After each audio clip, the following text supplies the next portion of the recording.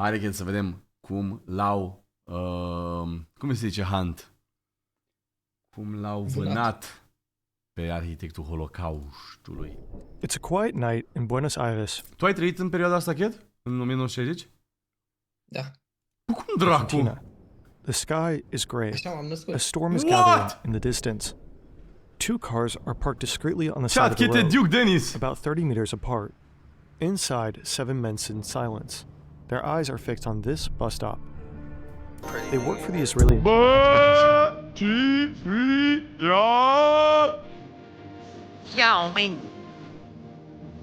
Bă, dar chiar tu vezi, Chet?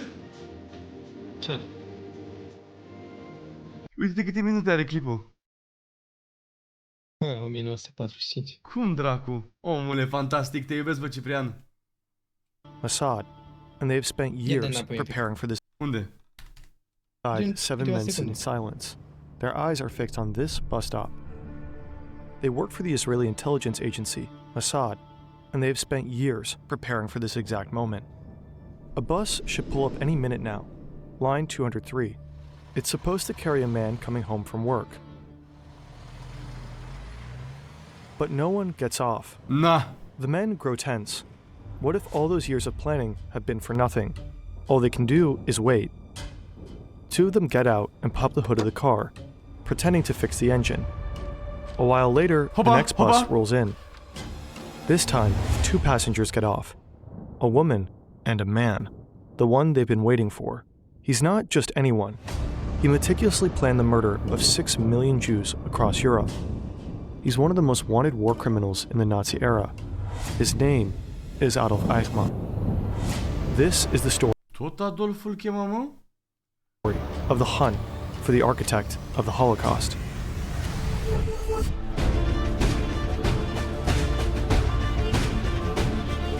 Ia să zic. Hai, bro, urât. Mai că Dumnezeu e Chet.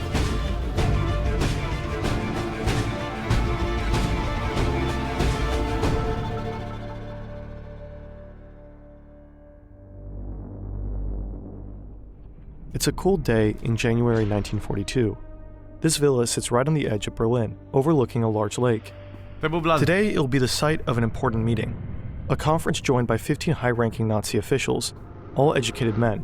8 of them even hold a doctorate.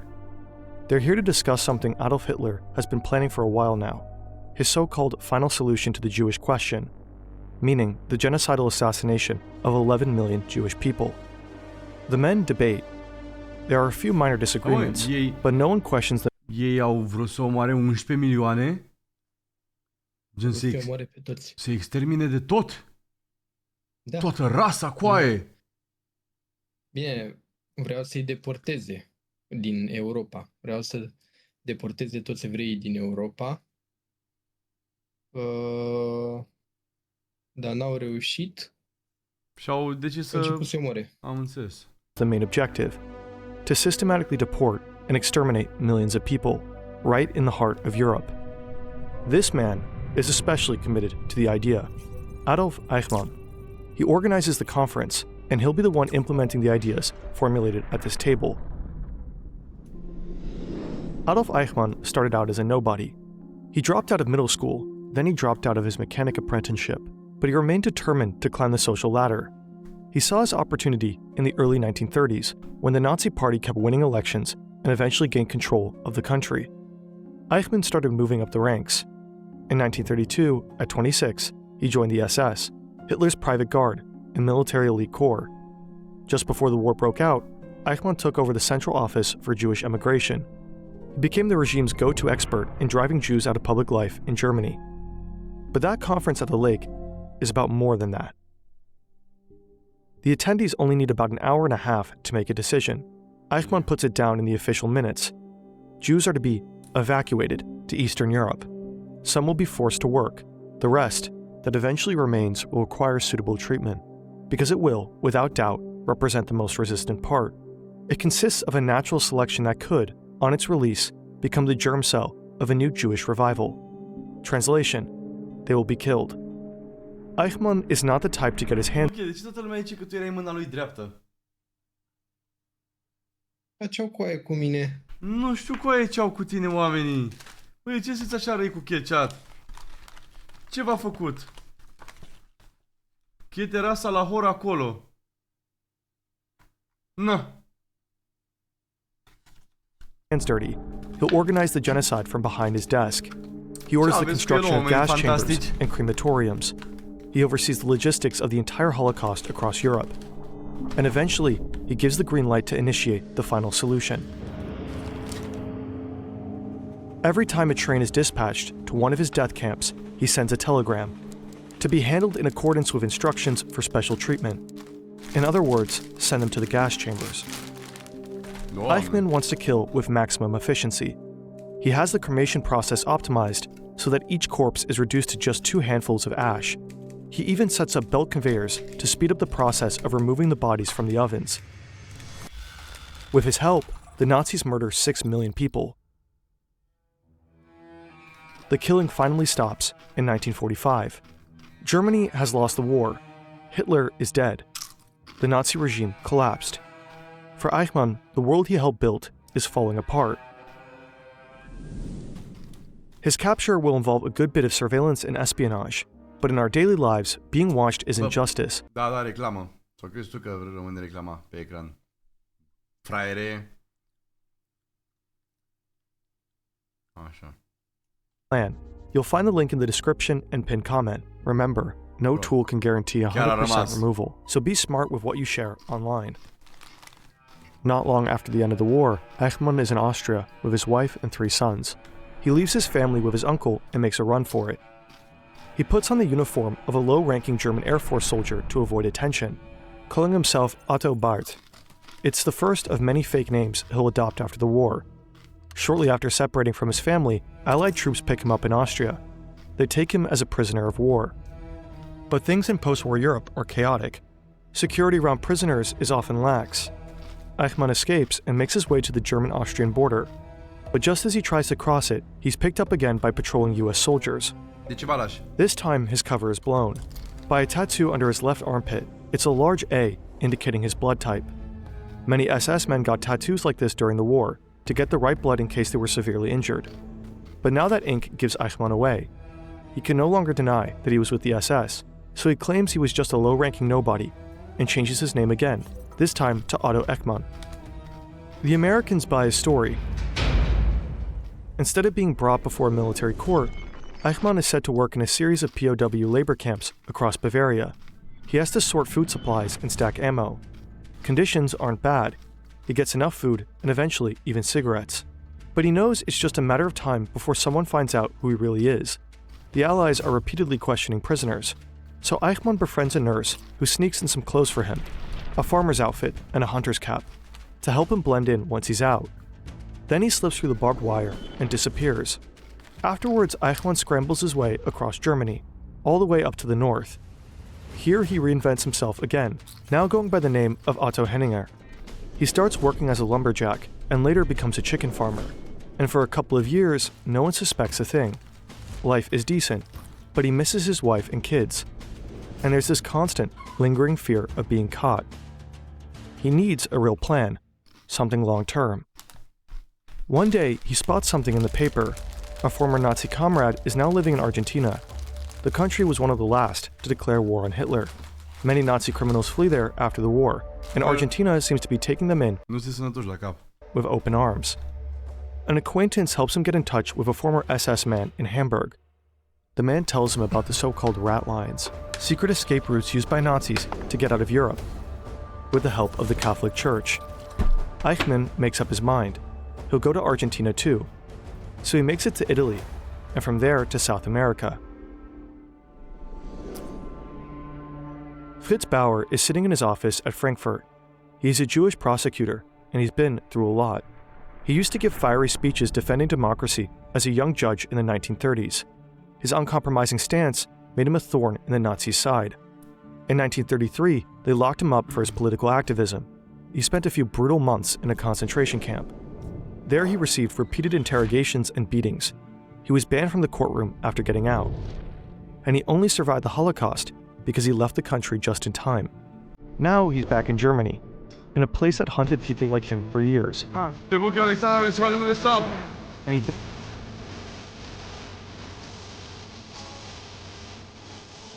builds a reputation.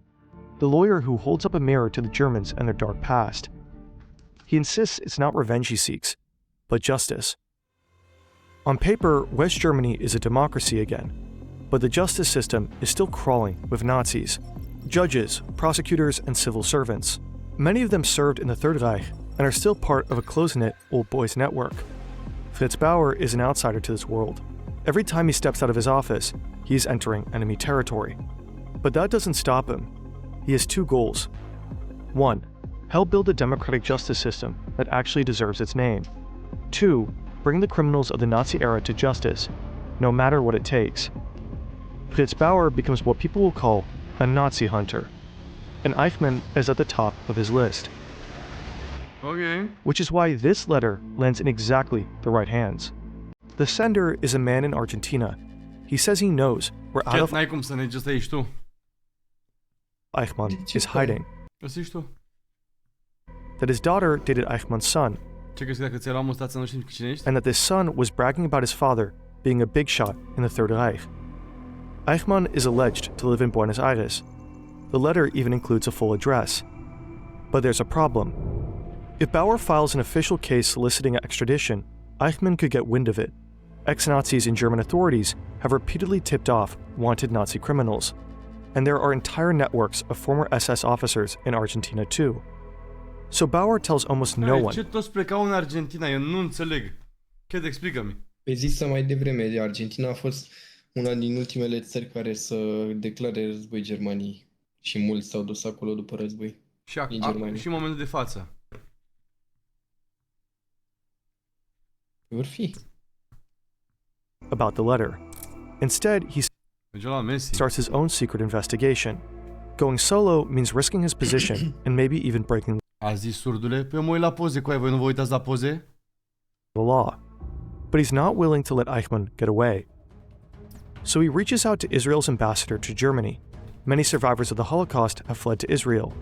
Wouldn't it be a historic achievement if this country caught and tried its very Uite architect? cu aia, știu cât de mic e Israel, e reală. Bauer offers a deal. He'll provide the intel, and Israel will make Highman face the music. Israel agrees and sends a Mossad agent to Argentina. The agent wants to assess the situation first. He heads to the address and sneaks up on Highman's alleged home. He's expecting a grand estate, something befitting a former high-ranking Nazi official. Instead, he finds a dirt road leading to a shabby little house. The agent can't picture Adolf Highman living there. He heads back home without digging deeper. The Israeli Secret Service starts doubting Fritz Bauer's intel, so Mossad tracks down the man in Argentina who wrote the letter. Turns out he's nearly blind and doesn't even live in Buenos Aires anymore. Mossad is about to pull the plug on the entire mission. But then something strange happens. Within just a few months, 3 different people reach out to Bauer, Germany's ambassador to Argentina, an official at the Federal Criminal Police Office, and the head of Germany's main agency for investigating war crimes during Nazi rule. All 3 are saying the same thing. There's no way Highman is in Argentina. He's probably somewhere in the Middle East. E un video de backpack filmat acolo în Argentina unde ar fi fugit mulți. Vorbește și cu localnicii despre asta. Bauer knows that something's off. All 3 of them have a Nazi past. This must be what he has always suspected, the old boys network in action. But he has an idea. In late 1959, Bauer issues a press release claiming that Highman is hiding in Kuwait. He's supposedly working for a local sheikh, and Germany is about to request his extradition. It's a trap to make Highman feel safe. Behind closed doors, Bauer keeps pushing the Israelis to follow the Argentinian lead. Highman's capture is in reach. But just as it's about to happen, Israel hesitates. Snatching him without an official extradition request could spark a diplomatic crisis. Israel is a young state and still fighting to earn its place on the world's political stage. But they have a real chance of bringing down a high profile and still fighting to earn its place on the world's political stage. But they have a real chance of bringing down a high-profile Nazi criminal. They can't just let it slip away. So the Prime Minister ultimately gives the green light. The mission is a go, but it has to stay secret, meaning they'll have to kidnap Highman. Mossad investigators track down Highman's new whereabouts, some former neighbors end up tipping off one of their contacts. An agent heads out to Garibaldi Street in San Fernando, a suburb north of Buenos Aires. He secretly snaps some pictures of the house and of the man who lives there. Neighbors say his man is Ricardo Clement. That's the same alias Eichmann used when he first fled to South America, according to Bauer's files. But the agent is still not 100% sure it's really him. The most recent photos they have of Eichmann are from over 15 years ago. But the man is living with a woman and 2 kids. Their ages match those of Eichmann's wife and sons. The agent also sees them celebrating what looks like a 25th anniversary.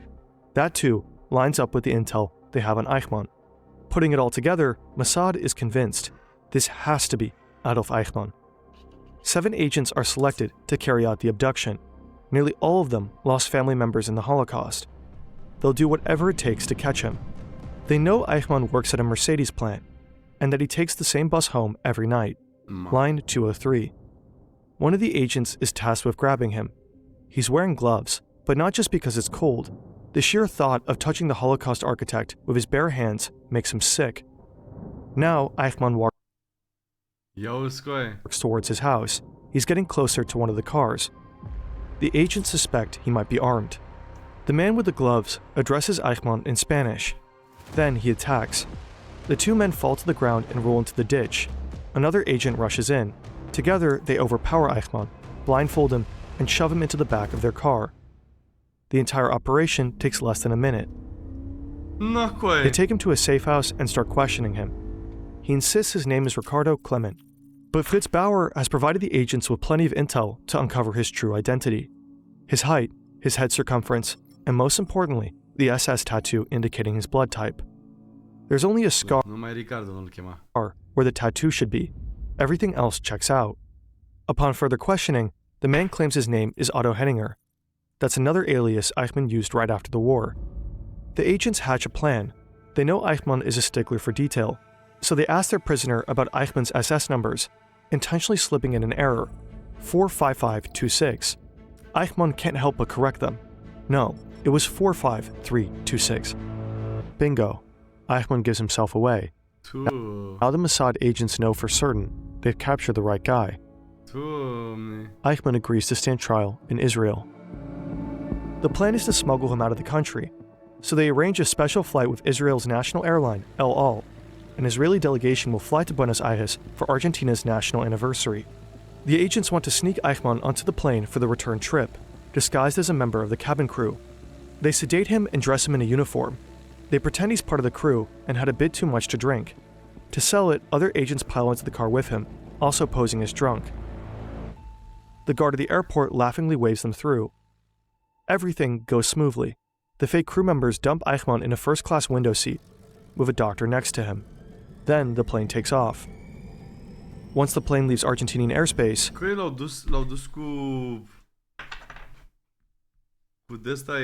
a voice comes over the loudspeaker. Adolf Eichmann is on board this aircraft, and he is en route to stand trial in Israel. After 15 years on the run, the man who helped murder millions will finally be brought to justice. Fritz Bauer is sitting in a restaurant. He's desperately waiting for a contact to bring him news on Eichmann. But the man is running late. First class, i-au pus la first class, ok. He finally bursts through the door half an hour later and blurts out, Eichmann is in Israel, in custody. Bauer hugs him tight, tears in his eyes. Just hours later, Israeli Prime Minister David Ben-Gurion stands in front of the press and announces the mission's success. The Eichmann trial begins 1 year after the abduction in Jerusalem. It's a massive event. Across Israel, people gather around radios to follow the proceedings. International TV crews are taping everything. Chief Prosecutor Gideon Hausner opens with a statement that will go down in history. When I stand before you, judges of Israel, in this court, to accuse Adolf Eichmann, I do not stand alone. Here with me at this moment stand 6 million prosecutors. But alas, they cannot rise to level the finger of accusation in the direction of the glass dock and cry out, J'accuse, against the man who sits there. To which Eichmann responds, cold and unfazed. Im Sinne der Anklage nicht schuldig. People in Germany are also following the trial. Many can't believe this slight, bespectacled man played a key role in murdering millions of people. Eichmann downplays his role and claims he was just following orders. But countless documents say otherwise. He meticulously planned the genocidal assassination of the Jewish people. He was so committed to implementing the final solution that he clashed with superiors when they hesitated. You are signed on this document. It is your name. Es heißt aber oben, auch der Sachbearbeiter hat es diktiert. Und ich habe es unterschrieben, selbstverständlich. Denn das, zu dem ich befohlen war, das musste ich bedauerlicherweise ausführen. But the most powerful statements come from the survivors, people who lived through the horrors Eichmann helped engineer. We were told to kneel, heads down. We were not permitted to lift our Da, just following orders exact cum fac Rise. heads. Whoever did so would either be shot right through the head or would be beaten.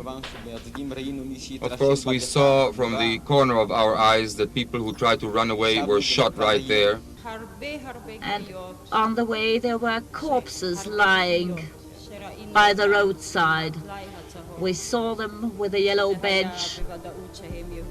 There was no doubt that they were Jews. On December 15th, 1961, Adolf Eichmann is found guilty on nearly all accounts. He shows no remorse until the very end. Meine Schuld ist mein Gehorsam. Eichmann is executed during the night of May 31st to June 1st, Mama a fost executat așa? 1962. Fritz Bauer kept on fighting, relentless in his mission to hold Nazi perpetrators accountable.